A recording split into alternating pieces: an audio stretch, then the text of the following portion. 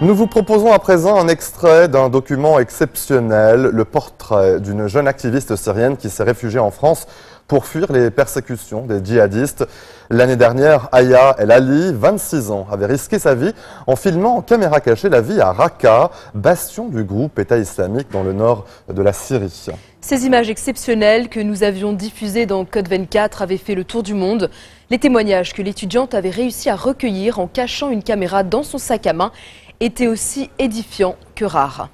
Mais la jeune femme a ensuite été reconnue par les combattants islamistes. Elle est désormais menacée de mort. Aya a dû fuir la Syrie via la Turquie pour rejoindre l'Europe.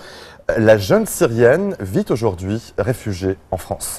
Les journalistes de France 24, Claire Billet et Eliana Saleh, l'ont accompagnée dans son quotidien difficile à Paris. Dans ce document exceptionnel, Aya revient sur son histoire et nous raconte sa solitude en exil dans un pays dont elle ne maîtrise ni la langue ni les codes. Maintenant, on a la possibilité d'oublier, de s'éloigner. Oublier quoi? Plein de choses. Comme quoi? Daesh, ils t'ont torturé comment? Je ne me rappelle plus. Je me souviens juste des 2 premières heures. Électrocution? Oui. T'as perdu conscience? Ça a duré 8 heures. Quand j'ai essayé de me relever,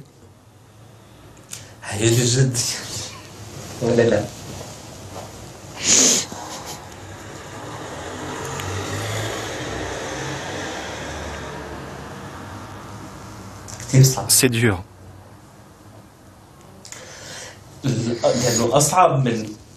Mais le plus dur, c'est quand tu sais qu'un proche se fait torturer. Parce que tu sais pas s'il va supporter la douleur.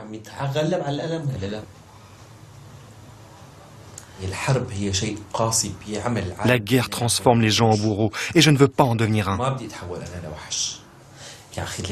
On arrête maintenant. On arrête. Ça fait longtemps que je n'ai pas parlé de ça, ça suffit. Mais pour résumer, il y a une opportunité pour oublier. Tu ne peux pas oublier ça. Arrête, Aya, ça suffit.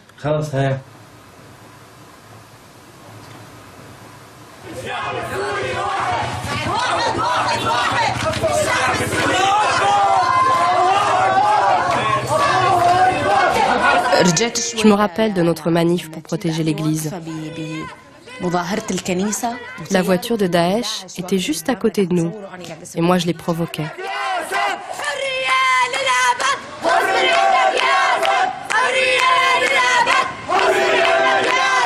هون هي المدينة الوحيدة اللي بالعالم اللي فيها الأمور جنب بعض ما في بيناتهم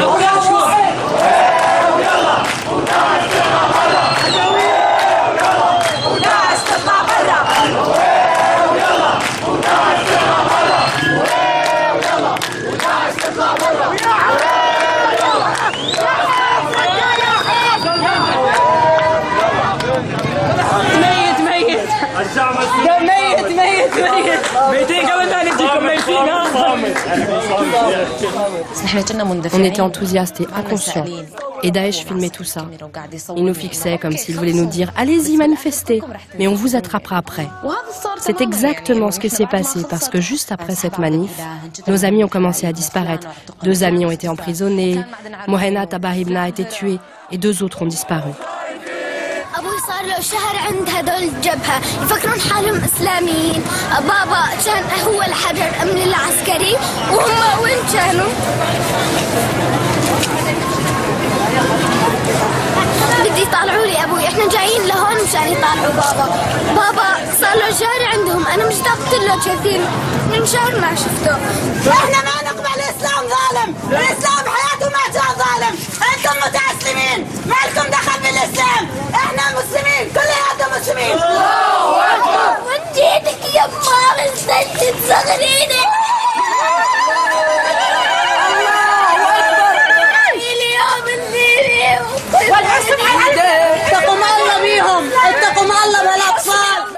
Vous pouvez retrouver l'intégralité de ce document exceptionnel de 26 minutes sur le site web de France 24, www.france24.com.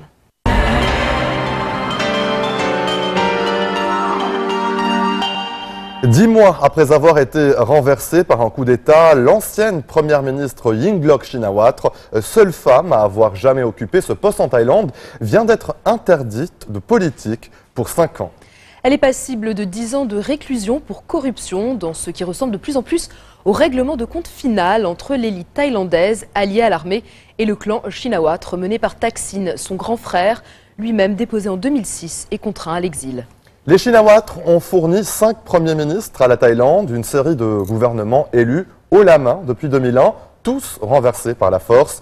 La loi du talion contre la famille de Yingluck Shinawatra pourrait en faire une icône pro-démocratique dans un pays où la plus grande partie de la population rejette silencieusement pour l'instant la junte militaire. Regardons ce sujet, signé Cyril Payen.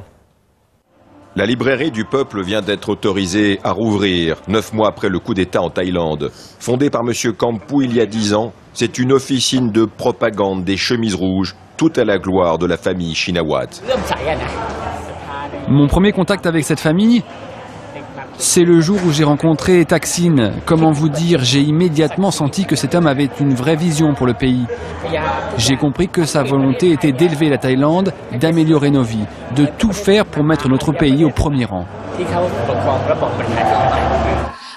La famille Shinawatra et leurs alliés ont gagné toutes les élections depuis 15 ans. Ils ont fourni 5 premiers ministres au pays. Yingluck, dernière en date, a été renversée puis interdite de politique pour 5 ans. Elle risque aujourd'hui 10 ans de prison. Ce que tout cela signifie, c'est tout simplement une volonté d'éradication des Shinawatra de la vie politique. Une éradication de notre parti, le Pheu-Thai, une éradication du mouvement des chemises rouges. Ils veulent totalement nous rayer de la carte, vous comprenez? Une implacable loi du talion. Mais dans les quartiers populaires du pays, une majorité silencieuse a encore et toujours en tête le souvenir de son champion, Thaksin Shinawatra. Je ne sais pas si Thaksin peut rentrer au pays dans le contexte actuel. Je pense sincèrement qu'il veut revenir pour se défendre. Mais c'est vrai que nous aurions besoin d'un miracle pour que cela arrive. Malgré la loi martiale, la Thaïlande est toujours plus divisée que jamais. Le quartier de M. Chang est à l'image du pays, une nation de frères ennemis qui vivent ensemble, mais dos à dos. Et cela fait longtemps que lui et Ai, une voisine et amie d'enfance, ne s'adressent guère plus la parole. Chacun s'occupe de ses propres affaires dans le quartier, mais c'est vrai que parfois, c'est tendu entre nous. Nous avons souvent des positions radicalement différentes.